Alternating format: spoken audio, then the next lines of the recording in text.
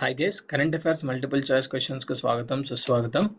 ఈ వీడియోలో మనం current affairs multiple choice questions నేర్చుకుందాం.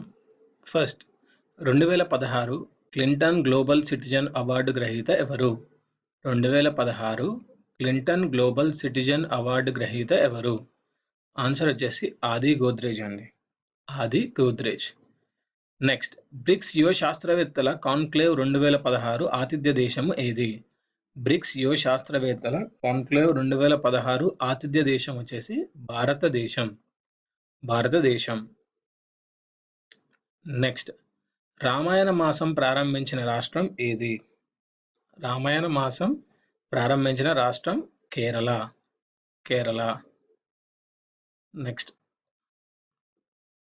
ఉచిత రహదారుల నిర్మాణం మరియు నిర్వహణ టెక్నాలజీ అభివృద్ధి కొరకు national highways authority of India ఇటీవల ఏఐఐటితో ఒప్పందం కుదుర్చుకుంది. ఉచిత రహదారుల నిర్మాణం మరియు నిర్వహణ టెక్నాలజీ అభివృద్ధి కొరకు national highways authority of India ఇటీవల ఏఐఐటితో ఒప్పందం కుదుర్చుకుంది.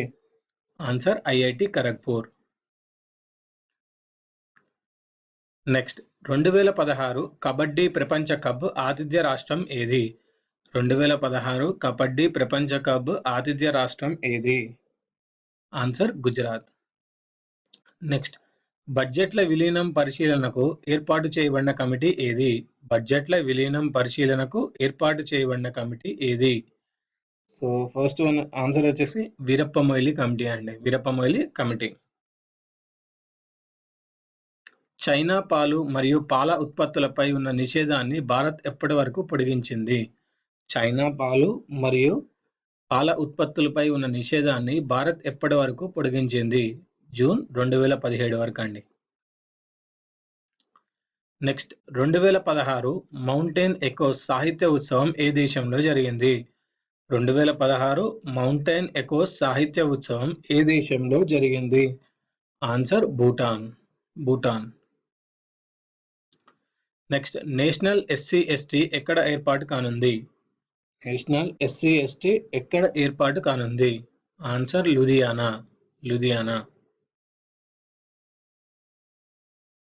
నెక్స్ట్, 2016-17 సంవత్సరానికి గాను పాఠశాల మరియు కళాశాలల విద్యార్థులకు ఉచిత బస్ పాస్ పథకం ప్రారంభించిన రాష్ట్రం ఏది?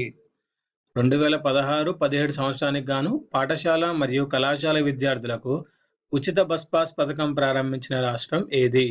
ఆన్సర్ తమిళనాడు అండి. ఇవ్వండి ఈ వీడియోలోని current affairs multiple choice questions. వచ్చే వీడియోలో మరికొన్ని current affairs multiple choice questions కలుద్దాం.